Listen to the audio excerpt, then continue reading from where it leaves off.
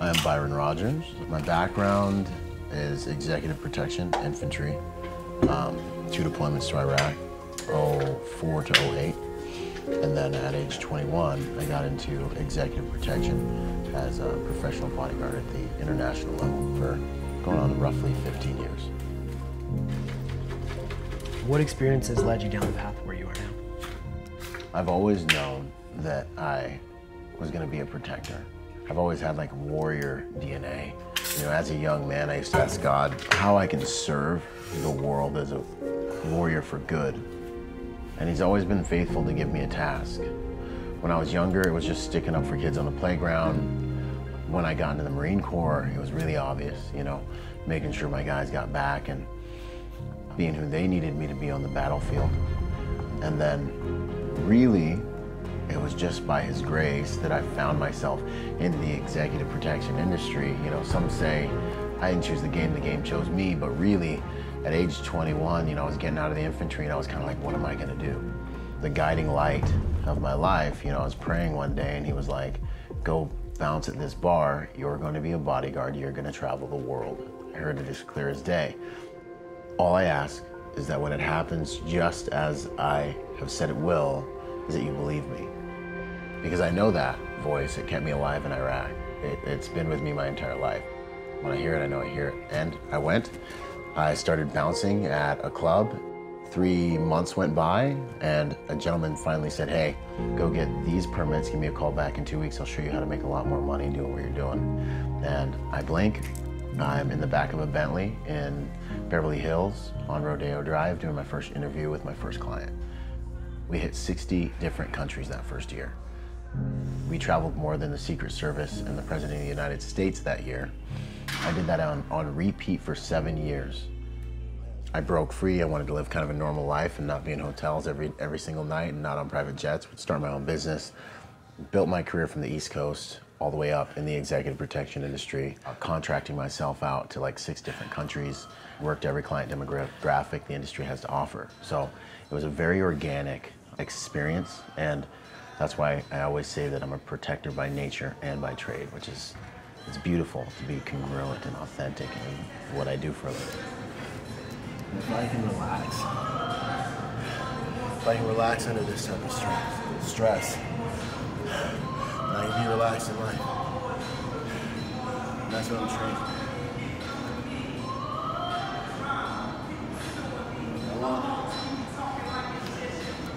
I want to make life easier by becoming a harder man. I want life to attack. I want life to attack, and I want to be able to sit there and appreciate that the attack isn't as hard as I am on myself. This is a form of self-love that I think has been forgotten. Discipline is the most valuable form of self-love. It empowers me to give more by becoming better.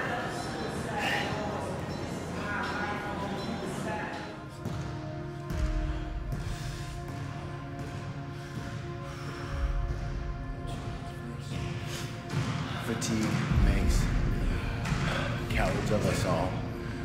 My goal is to chase my fatigue, find my weaknesses, expose my vulnerabilities. I want to be the man who's died 1,000 deaths in here and in practice so that I don't have to pay for it out on the field. I seek my limitations. I seek my weaknesses. And I destroy them. I devour them so they can never devour me.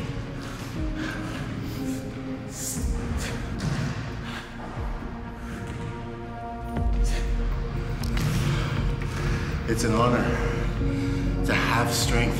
I thank God for that. It's an honor to be able to cultivate that strength. I thank God for every opportunity I have to cultivate strength. I ask Him for help in order to do the hard things, but this is a result. This is a result of being faithful with little things for a long period of time. That's what this is all about. Good stewardship with what you've been given so you can serve. So you can serve on the highest levels you're capable of. And we're created to serve on. And that comes from dying this small death every single day. Boom.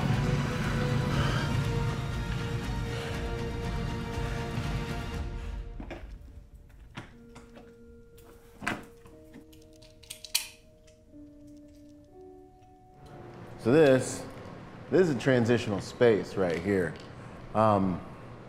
This is where 90% of attacks take place, you know, when you're going from one safe location to another.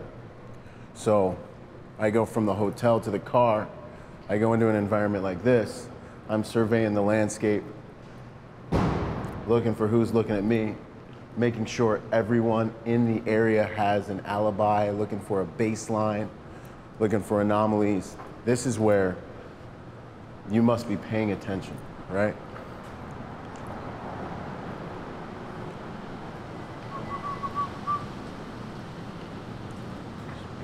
I feel the interesting thing about, you know, executive protection and bodyguard work is we're civilians that protect civilians. So realistically, the principles that we use are the same, you know. I'm a protector that seeks to multiply protectors in the world. My mission is to make the world a safer place by helping good people to become more dangerous, more willing, capable, and prepared. I want to multiply men of peace. I believe protectors are the white blood cells in the body of humanity, right? The strongest party wins. When God wants to get something done on the planet, he sends a man. Down here, what goes is whoever's the strongest. So the more good people we can make into protectors, the more tactics I use for the 1% of the 1% to keep them safe, the more good people I can train how to live a safer pattern of life, the safer the world will become ultimately. And that's my goal.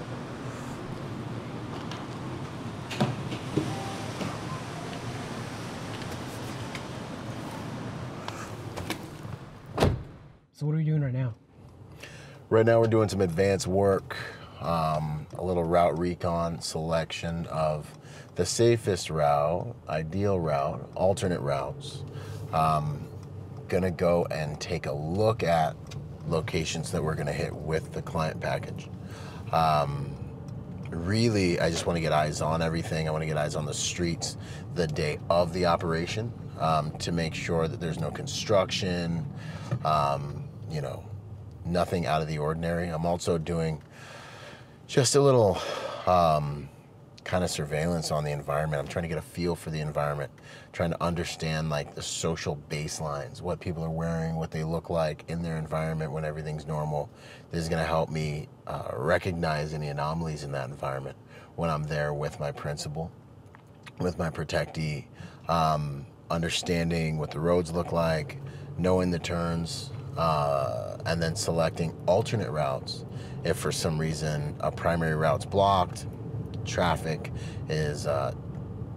flow is changed during the day, anything like that, I have, you know, primary, secondary, tertiary, and just an overall understanding of the terrain. So I'm at the third location. A lot of what I'll do sometimes is just kind of pretend like I'm a tourist and I don't really know where I'm going. Look at my phone a little bit, get eyes on things, look a little bit lost. Because like I said, I don't really want to alert people to what I'm doing. I'll take shots of things, but I'll take selfies of things. But I don't want to disturb the baseline while I'm extracting the information I need to really walk with confidence with my principal as I'm going through these environments. It's really big for you to know exactly where you're going and have a plan. People pick up on your vibe, they pick up on your energy. If you're stressed out, they're stressed out. The less confidence you have, the less confidence they will feel in you. So the advance work is ridiculously important. So when doing your advanced work, a few other things that are important really have to do with getting in and out of the environment, kind of without disturbing the environment. These people are gonna see you again. You want to make sure that you don't stand out in their mind as an anomaly, even though you kind of are. You want to be able to blend into the social baseline. This is a business environment I'm going to be entering.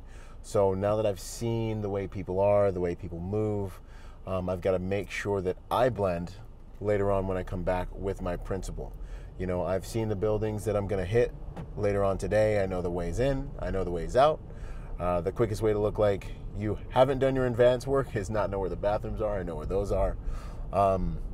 And so now I have enough understanding to move a principal through this environment, as well as do it while drawing the least amount of attention possible. You know, as a professional protector, as an executive protection agent, your job, it's a service, right? It's not about you. And you have to be very careful to make sure that the way you look and the way you move represents your principle, that you're not drawing attention to yourself. And the way you dress and the way you interact with people is big. You know, I'm very friendly with everyone I see, you know, default respectful, smiling, I'm saying good morning, you know, because I want to disarm everyone socially. I'm creating an environment I'm socially engineering an environment that's going to give me moral high ground if I need to do something. Oh, well, yeah, these two guys got into it on the way in or out of a location. But this guy was cool. He was like, he was smiling, he was polite, he held the door, like, I want to be that good guy that people don't see as a threat, especially if you're a bigger guy. It's very important that you utilize these social dynamics to your advantage. And so the advanced work is something that's very delicate, but must be done very well, and it's a skill in our industry.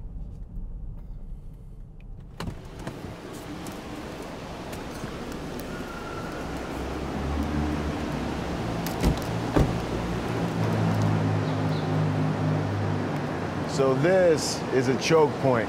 This is one of those places that you absolutely want to avoid when you're doing your route selection. These are easy spots for you to get blocked into, and they can create, the enemy can create what we call a kill box in here. They've got overhead on us, you know, overhead check. They can drop things, they can fire down on you, they can block your avenue of escape. When you're taking different using different maps, sometimes they'll try to take you through different shortcuts, and sometimes they'll take you into different places like this. So when you're looking for shortcuts, you've got to be really careful that you don't select a choke point that can cause you to play into your enemy's hand. This is one of the main things you want to avoid when it comes to route selection. This is where everything can happen, and you can lose control of your operation. You lose control of mobility when you don't want to lose control of mobility. They have taken control. If you lose control of your mobility, you lose control of your operation, and they have taken control. At that point, you've got to fight your way out. Once vehicles stop moving, they become coffins. Keep that in mind. Failure is often used as a marker for improvement. How does failure work in the EP realm? Failure is one of the most beautiful things in my everyday life. I chase failure. I'm intimate with failure. I wake up in the morning and I need to know how weak I am, and I need to know how strong I am at the same time. You know, I need to get underneath the weight. The weight's the one thing that's not gonna lie to me. 315 pounds, always gonna be 315 pounds. Where will I be when I show up that day? You know, will I be stronger because I was diligent and I was a good steward with what I was given? You know, in executive protection, it's very dangerous because something that can hurt guys is we live in these really beautiful environments, you know, private jets, hotels, everything's awesome, you know, and things things hardly ever go wrong. Maybe you never get attacked, and years go by and you can think you're good because there's no overt failure, when in all actuality, you just haven't been attacked yet, right? So we have to chase failure in training. You have to put yourself in environments where you're gonna actually be tested. I don't care if you were Special Forces, I don't care if you were a Navy SEAL, I don't care if you were retired law enforcement. I wanna know what you can do today. And I wanna know that you've been diligent so you know what you can do today if we get attacked today. And if you're really a warrior, you're gonna be about that life. You heard what I said and you're like, that's all that matters, right? I respect you for what you've done, but what can you do today? So we chase failure in training. I wanna put you in scenarios when we're training with you that are gonna break down the tools you have so you can build them back stronger. Failure, I've learned far more from pain than I've ever learned from pleasure. Failure is an appropriate part of the process of personal evolution. We seek failure on a daily basis in order to know that we're as advertised and that we are getting better. Gun, gun, gun!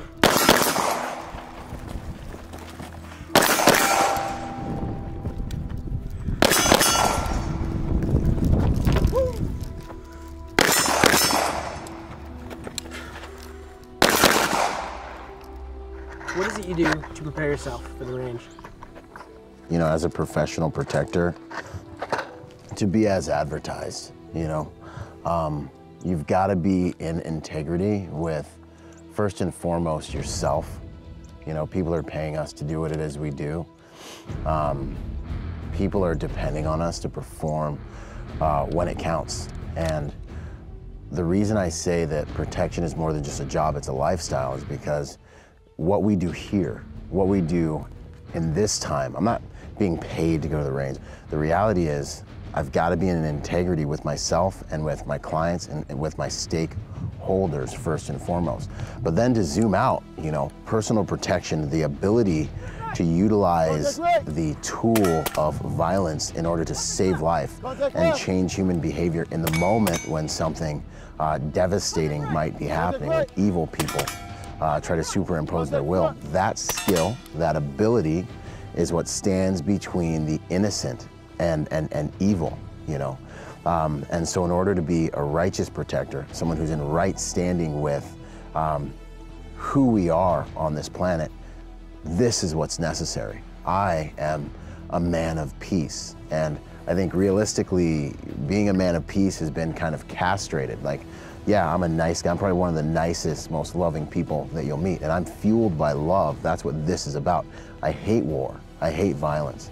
But I understand that in order to maintain and protect that on this planet, where physical ability is what tends to reign supreme, power is what tends to reign supreme, I have to be able to bring these tools to bear in order to really sustain the light on this planet. And that's why I live to multiply protectors in this world, because protectors are the white blood cells in the body of humanity. So here we are. Gun, gun, gun! Get down, get down! Let's go, get in the car! What is your approach to life? What is the first thing you think of when you wake up? Every day I wake up, I go to war. I fought in a war. I know what it's like to go without sleep. I know what it's like to go without food. I know what it's like to wonder if you're gonna live to see tomorrow. I went hard when I was in war. I also felt at home.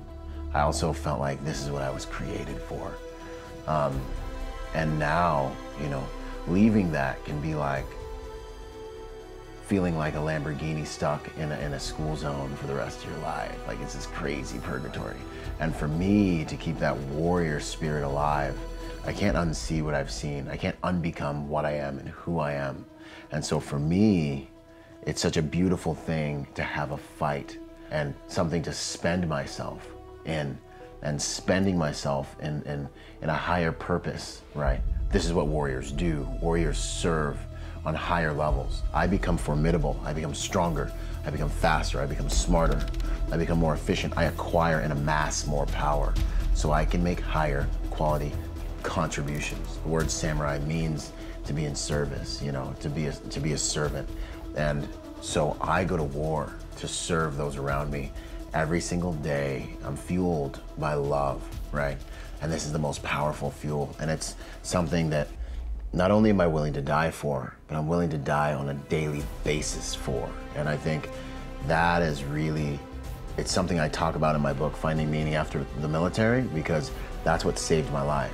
The warrior in me is still alive. It isn't eating me alive.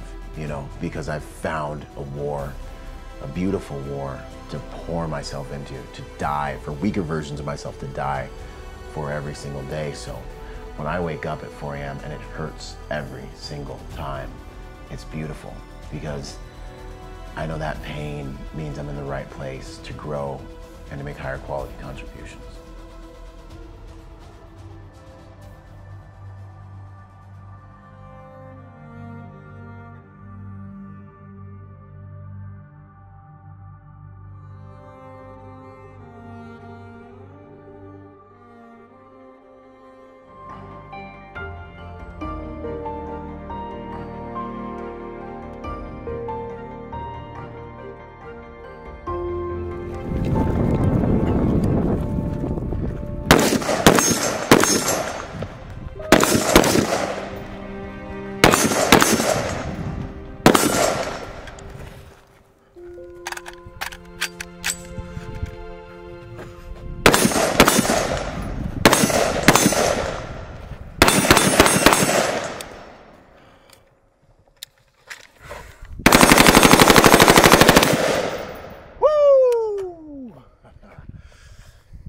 Man, boom,